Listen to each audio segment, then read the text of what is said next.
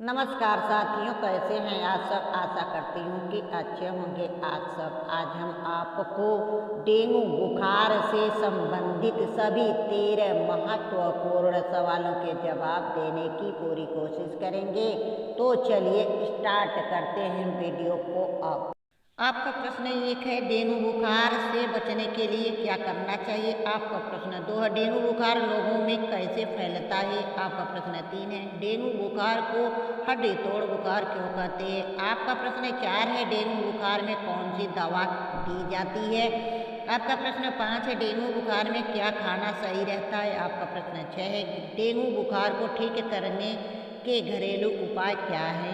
आपका प्रश्न 7 है, डेंगू बुखार क्या है और कैसे होता है। आपका प्रश्न 8 है, डेंगू बुखार में कैसा भोजन नहीं करना चाहिए। आपका प्रश्न 9 है, डेंगू बुखार शरीर में कितने दिनों तक रहता है। आपका प्रश्न 10 है, डेंगू बुखार कितने प्रकार का होता है। आपका प्रश्न 11 है, डेंगू बुखार होने के क्या संकेत होते हैं। आपका प्रश्न 12 है, डेंगू मच्छर कितनी ऊंचाई तक उड़ सकता है। आपका प्रश्न 13 है, डेंगू बुखार में कौन सा दूध पीना चाहिए। आपका प्रश्न 1 है, डेंगू बुखार से बचने के लिए क्या करना चाहिए। आपका उत्तर है, अपनी त्वचा की सतहों को ढकने और मच्छर के देश की संभावना को कम करने के लिए लंबे पैंट और पूरे बाजू की शर्ट पहनने की कोशिश करें। डेंगू के मच्छर सुबह या शाम को अत्यधिक सक्रिय होते हैं, इसलिए ऐसे समय में बाहर निकलने से बचने की कोशिश करें। डेंगू मच्छर साफ और स्थिर पानी में पनपता है। पानी के बर्तन या टंकी को हर समय ढककर रखें और यदि आवश्यक हो तो एक उचित कीटाणुनाशक का उपयोग करें। मच्छरों को दूर रखने के लिए आप रोजाना ऐसी क्रीम लगा सकते हैं। आपका प्रश्न 2 है, डेंगू बुखार लोगों में कैसे फैलता है। आपका उत्तर है, डेंगू बुखार से पीड़ित मरीज के खून में डेंगू वायरस बहुत ज़्यादा मात्रा में हो जाता है। जब कोई एडीजी मच्छर डेंगू के किसी मरीज को काटता है तो वह उसी मरीज का खून चूसता है। खून के साथ डेंगू वायरस भी मच्छर के शरीर में चला जाता है। वहीं यह मच्छर किसी और इंसान को काट लेता है तो भी इसके फैलने का खतरा बढ़ जाता है।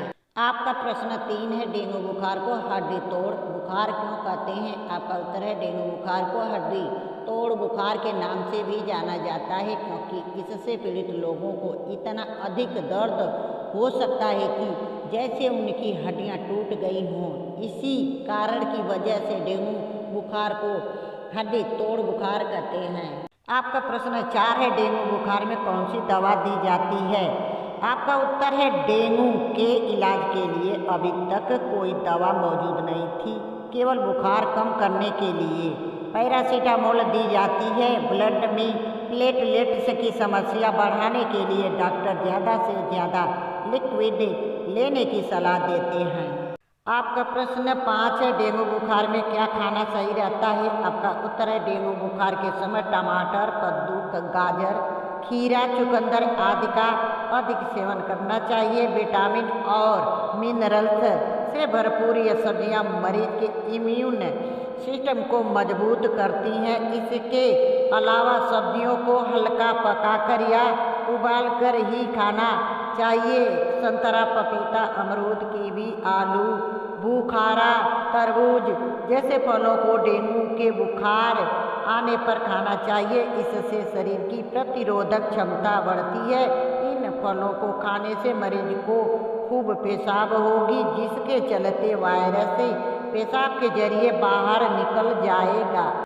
आपका प्रश्न 5 है, डेंगू बुखार में क्या खाना सही रहता है। आपका उत्तर है, डेंगू के बुखार में नारियल का पानी रामबाण का काम करता है। नारियल के पानी में कई मिनरल्स और पोषक तत्व होते हैं जो शरीर को फिट रखते हैं। डेंगू बुखार आने पर शरीर का एनर्जी लेवल बहुत कम हो जाता है, इसलिए मरीज को दलिया देनी चाहिए और यह आसानी से पच भी जाती है। नींबू का रस डेंगू के मरीज की यूरिन के जरिए शरीर में मौजूद वायरस और विषैले तत्वों को बाहर निकालता है। इसके अलावा नींबू का रस शरीर के भारीपन को भी दूर करता है। आपका प्रश्न 6 है, डेंगू बुखार को ठीक करने के घरेलू उपाय क्या हैं? आपका उत्तर है, डेंगू बुखार से राहत पाने के लिए नारियल पानी खूब पिए। इसमें मौजूद जरूरी पोषक तत्व जैसे मिनरल्स शरीर को मजबूत बनाने में मदद करता है। तुलसी के पत्तों को गर्म पानी में उबाल लें और फिर इस पानी को पिए। ऐसा करने से शरीर की रोग प्रतिरोधक क्षमता बेहतर होती है। इसे दिन में 4 बार पी सकते हैं। डेंगू बुखार में मेथी की पत्तियां उबालकर चाय बनाकर पिए। ऐसा करने से शरीर के विषाक्त पदार्थ बाहर निकलते हैं और डेंगू का वायरस दूर होता है। पपीते के पत्ते भी काफ़ी असरदार हैं। इसमें मौजूद पपेन शरीर के पाचन को सही रखता है। इसका जूस पीने से प्लेटलेट्स तेजी से बढ़ते हैं। तुलसी के पत्तों के साथ काली मिर्च को पानी में उबाल लें और पिएं। इससे इम्यून सिस्टम मजबूत होता है और यह एंटीबैक्टीरियल की तरह काम करता है। आपका प्रश्न 7 है, डेंगू बुखार क्या है और कैसे होता है? आपका उत्तर है, गर्मी और खासकर बारिश के मौसम में मच्छर से होने वाली बीमारियां भी बढ़ जाती हैं।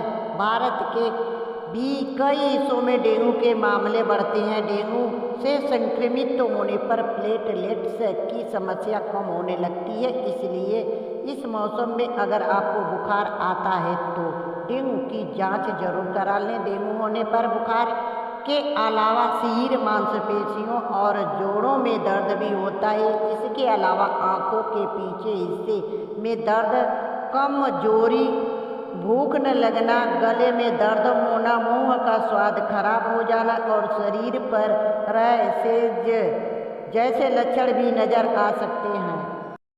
आपका प्रश्न 8 है, डेंगू बुखार में कैसा भोजन नहीं करना चाहिए? आपका उत्तर है, डेंगू के बुखार में मरीज की पाचन शक्ति कमजोर होने से भोजन आसानी से नहीं पचता। इस दौरान मरीज को ऐसे पदार्थों का ही सेवन करना चाहिए जिनके पचने में आसान हो और वह पौष्टिक भी हो। डेंगू के रोगी को तैलीय, मिर्च मसालों से बने पदार्थों को खाने से बचना चाहिए।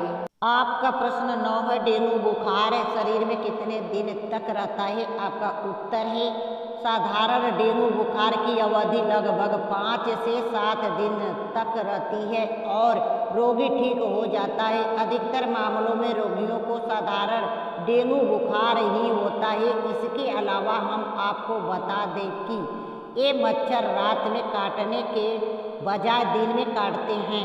ऐसे में रात से ज़्यादा सुबह इन मच्छरों से बचना आवश्यक है। साथ ही एडिज इजिप्टी मच्छर बहुत ऊंचाई तक नहीं उड़ पाता। वहीं यह मच्छर ज़्यादा पुराने पानी में नहीं बल्कि 3-4 दिन तक एक स्थान पर रखे पानी में भी पनप सकता है। आपका प्रश्न 10 है, डेंगू बुखार कितने प्रकार का होता है? आपका उत्तर है, डेंगू 4 वायरसों के कारण होता है जो इस प्रकार हैं: DENV1, DENV2, DENV3 और DENV4। जब यह पहले से संक्रमित व्यक्ति को काटता है तो वायरस मच्छर के शरीर में प्रवेश कर जाता है और बीमारी तब फैलती है जब वह मच्छर किसी स्वस्थ व्यक्ति को काटता है और वायरस व्यक्ति के रक्त प्रवाह के जरिए फैलता है।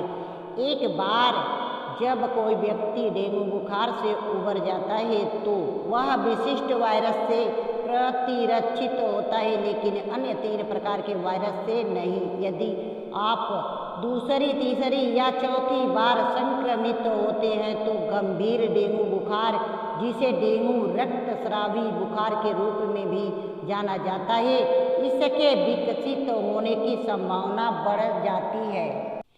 आपका प्रश्न 11 है, डेंगू बुखार होने के क्या संकेत होते हैं? आपका उत्तर है, आमतौर पर डेंगू बुखार के लक्षणों में एक साधारण बुखार होता है और किशोरों एवं बच्चों में इसकी आसानी से पहचान नहीं की जा सकती है। डेंगू में 104 फ़ारेनहाइट डिग्री का बुखार होता है, जिसके साथ इनमें से कम से कम 2 लक्षण होते हैं: मांसपेशियों, जोड़ों, सर और पूरे शरीर में दर्द होना, शारीरिक कमजोरी आना, भूख न लगना। डेंगू के दौरान पूरे शरीर पर रैशेज भी हो सकते हैं। डेंगू के दौरान तेज बुखार 3 से 4 दिनों तक बना रहता है। इसके साथ कई बार पेट दर्द की शिकायत भी होती है और उल्टियाँ भी होने लगती हैं। आपका प्रश्न 12 है, डेंगू मच्छर कितनी ऊंचाई तक उड़ सकता है? आपका उत्तर है, दिलचस्प बात यह है कि डेंगू फैलाने वाली एडिज एजिप्टी नामक मादा मच्छर की उम्र 1 महीना तक ही होती है, लेकिन इस जीवन काल में वह 500 से लेकर 1000 तक मच्छर पैदा कर देती है। यह मच्छर 3 फुट से ज़्यादा ऊंचा नहीं उड़ सकता है। आपका प्रश्न 13 है, डेंगू बुखार में कौन सा दूध पीना चाहिए? आपका उत्तर है, इसमें फोलेट बाइंड करने वाले अवयव की मात्रा ज़्यादा होने से फोलिक एसिड नामक आवश्यक विटामिन होता है। बकरी के दूध में मौजूद प्रोटीन गाय भैंस की तरह जटिल नहीं होता, इसी वजह से इसे पचाना ज़्यादा मुश्किल नहीं होता और यह आसानी से पच जाता है। साथ ही यह रक्त कणिकाओं की संख्या में बढ़ाने का काम भी करता है। धन्यवाद दोस्तों हमारी वीडियो आप लोगों को देखने के लिए। दोस्तों यदि हमारी वीडियो आप लोगों को पसंद आई है तो प्लीज़ इसे सब्सक्राइब, लाइक, शेयर, कमेंट जरूर करें। फिर मिलेंगे अगले वीडियो में।